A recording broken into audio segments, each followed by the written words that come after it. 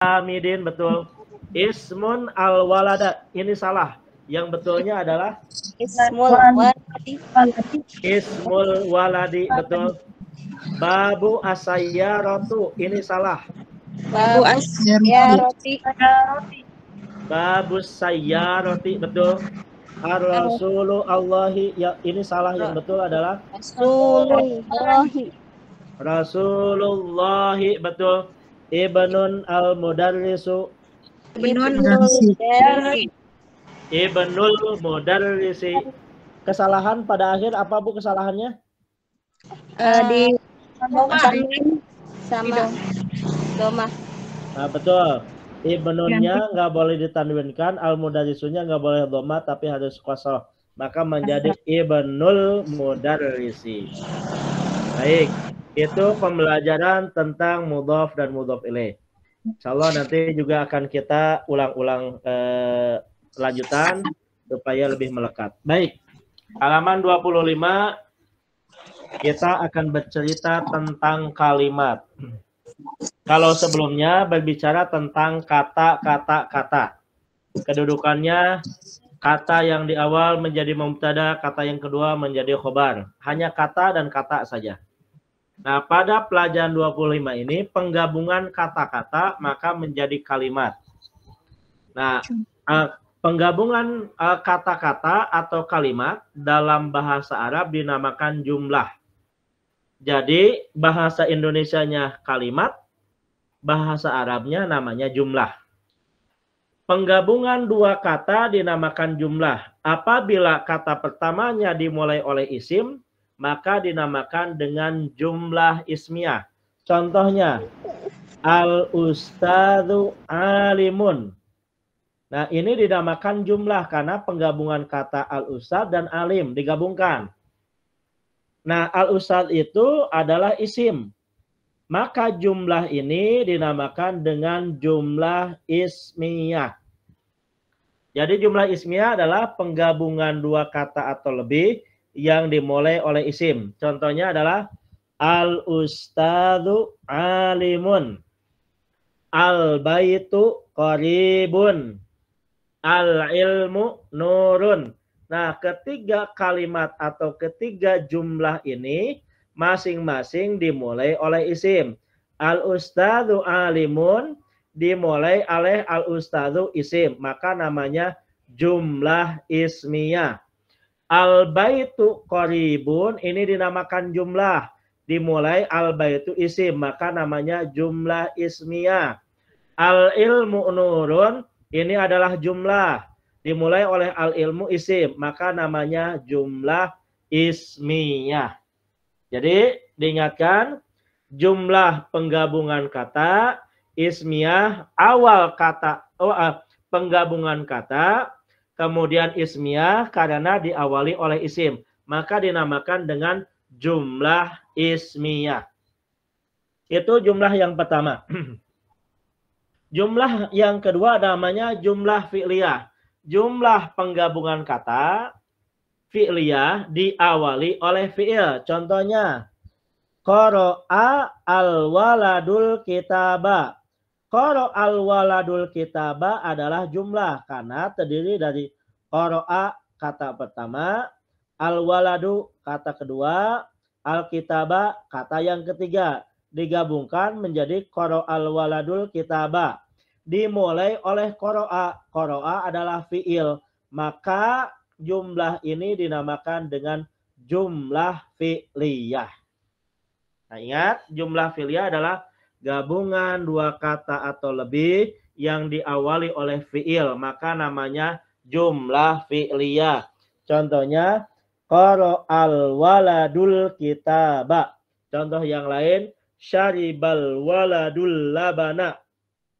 Syaribal waladul labana. Syaribal waladul labana dinamakan jumlah. Kenapa? Karena gabungan kata syariba, kata al-waladu, dan kata al-labana digabungkan maka menjadi jumlah. Jumlah ini dimulai oleh syariba bentuk fi'il. Maka namanya jumlatun fi'liyatun. Kemudian yang ketiga namanya syibhul jumlah. Syibhul jumlah itu kalimat yang tidak sempurna karena tidak memiliki makna yang lengkap. Syibhul jumlah dimulai oleh huruf jar atau dimulai oleh dhorob. Contohnya fil hafilati, maka fil hafilati jar dan majrur dinamakan syibhul jumlah. Waro al hadiqati, waro al hadiqati, ini waro'a dinamakan dhorob, keterangan tempat, al hadiqati dinamakan mudhof ilaih. Dhorob dan mudhof ilaih maka dinamakan dengan syibhul jumlah. Jadi syibhul jumlah itu terdiri dari jar dan majrur atau dhorof dan mudhofun ilaih. Setelah huruf jar dikasrohkan, setelah dhorob juga dikasrohkan. Cuma nama keduanya beda. Isim yang didahului jar namanya isim majrur. Isim yang didahului oleh dhorob namanya mudhofun ilaihi. Jadi syibhul jumlah itu adalah semi kalimat atau kalimat yang tidak memiliki makna yang sempurna apabila dimulai huruf jar atau dimulai dengan dhorob. Contohnya, contoh yang lain, fil baiti, alal masjidi, amamal maktabi, wara'as sariri. Nah, maka kesimpulannya jumlah itu terbagi menjadi 3.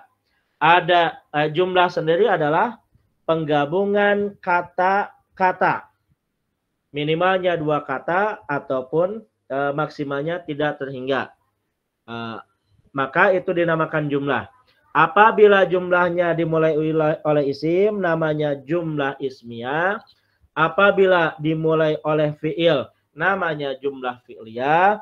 Apabila dimulai oleh huruf jar atau dhorob maka namanya syibhul jumlah tetapi maknanya tidak sempurna.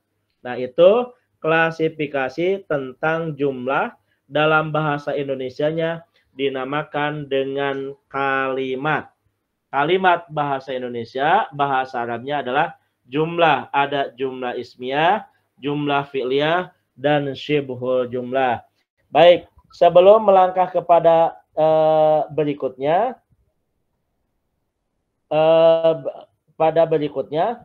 maka barangkali ada yang ditanyakan dulu tentang jumlah atau kalimat ini, mangga silakan.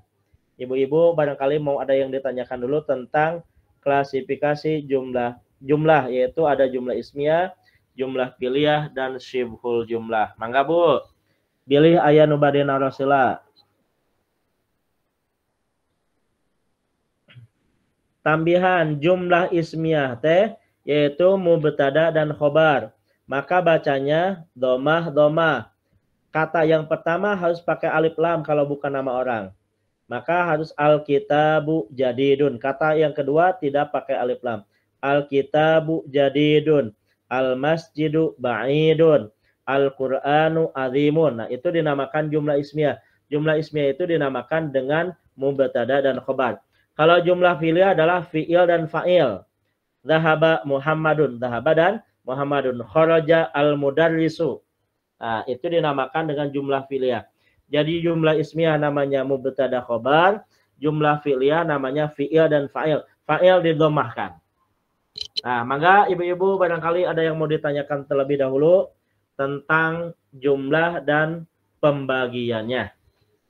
Nah, yang sangat berkaitan erat dengan pelajaran-pelajaran berikut. Mangga Ibu Retna.